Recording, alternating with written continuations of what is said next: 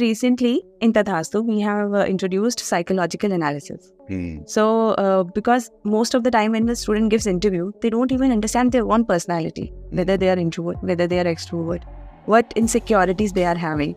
So, I myself believe that like SSB, it evaluates Yes. you on your psychology. Yes, Why can't we have something in UPSC also for this? we should have it. We should have it, and especially for the IS officers. I'll tell you why. Because IS officers occupy leadership positions right from the beginning. As a subdivision magistrate, you are a leader of that subdivision. And a leader cannot succeed if he doesn't have the right attitude. All this debate about making IS officers experts is wrong. We should get people to get the right attitude. Expertise can be outsourced, attitude cannot be outsourced. Cannot be. Absolutely. Attitude will need to be developed. So, right from the beginning, right from entrance, there should be some aptitude test, there should be an attitude assessment, and then only you should select an officer. And then during training, there are tools today available to train officers to become positive.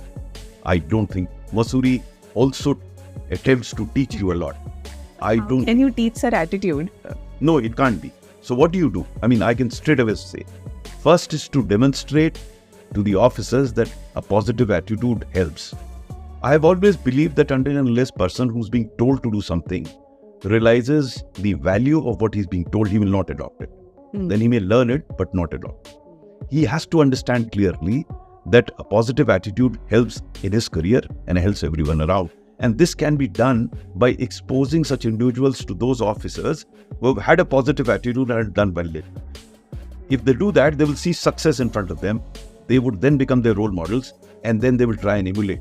They will make an effort to have a positive attitude because they will start believing that positive attitude pays because they see an epitome of positive attitude in front of them. So that is what Academy really needs to do. Get hold of bureaucrats who are positive in their domain, in their approach, and that they have succeeded. It's very important. Ethical and positive attitude. Such civil servants are indeed available. But we need to create a system for that. We need to create a... So, and it is also said that, you become very close to the 5 people you interact with. And if somehow young civil servants are interacting with the negativity around themselves, they are interacting with the people who are telling them, oh, being honest is not that good. Or, your ethical choices may have costs, but the otherwise not. So, so there needs to be a system in place. yes, Where that positive... and it can be done. I mean, I'm convinced about it. Can be, sir. It can be. I think the word needs to get out that there is a requirement of such system. This is as an education secretary also. But there are a lot of things that UPSC examination pattern is I think it's lacking somewhere. Because even after taking 3 stages of examination, still the people sometimes that enter the services may not be most suited for the job. I have written about it. I have said that this needs to be reworked out totally. Because to me, for a civil servant, attitude is the most important part. Not as much as expertise. If you have the right attitude, you develop that expertise. So this assessment of the attitude has to commence right from the entry point. But making an assessment of attitude requires a longer time and a different technique as compared to what UPSC is doing now. Right now, they're asking them to answer questions in 3 hours, which is very good, which should be done because such skills are to be tested. Very fine. Interview for 25 minutes, you can hardly gauge what's going on. It has to be longer, especially for the IS who occupy leadership positions. I think their attitude, they can destroy a department. They do destroy a department, a negative man. So you test that attitude.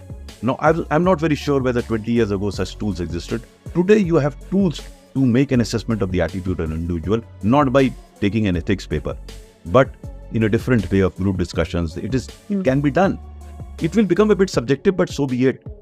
You will then stand to be corrected in about 80% of the cases. 20% may still be wrong. But today, I'm not very sure we have 80% officers with positive attitude getting elected or getting selected. So my suggestion would be, this has to be reworked totally, not merely in terms of recruitment, in terms of training as well.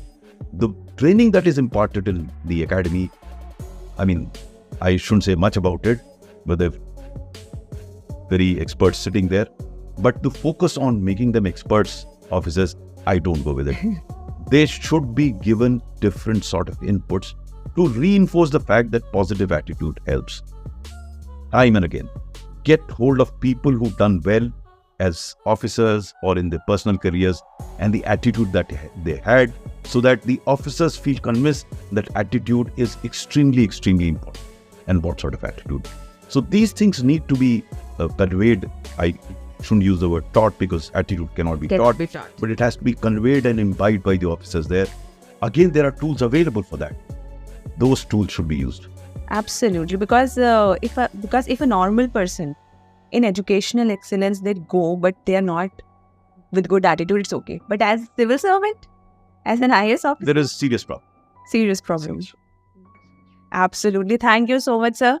It has been such a lovely interaction. And one last thing, sir, any message you would like to give the budding aspirants?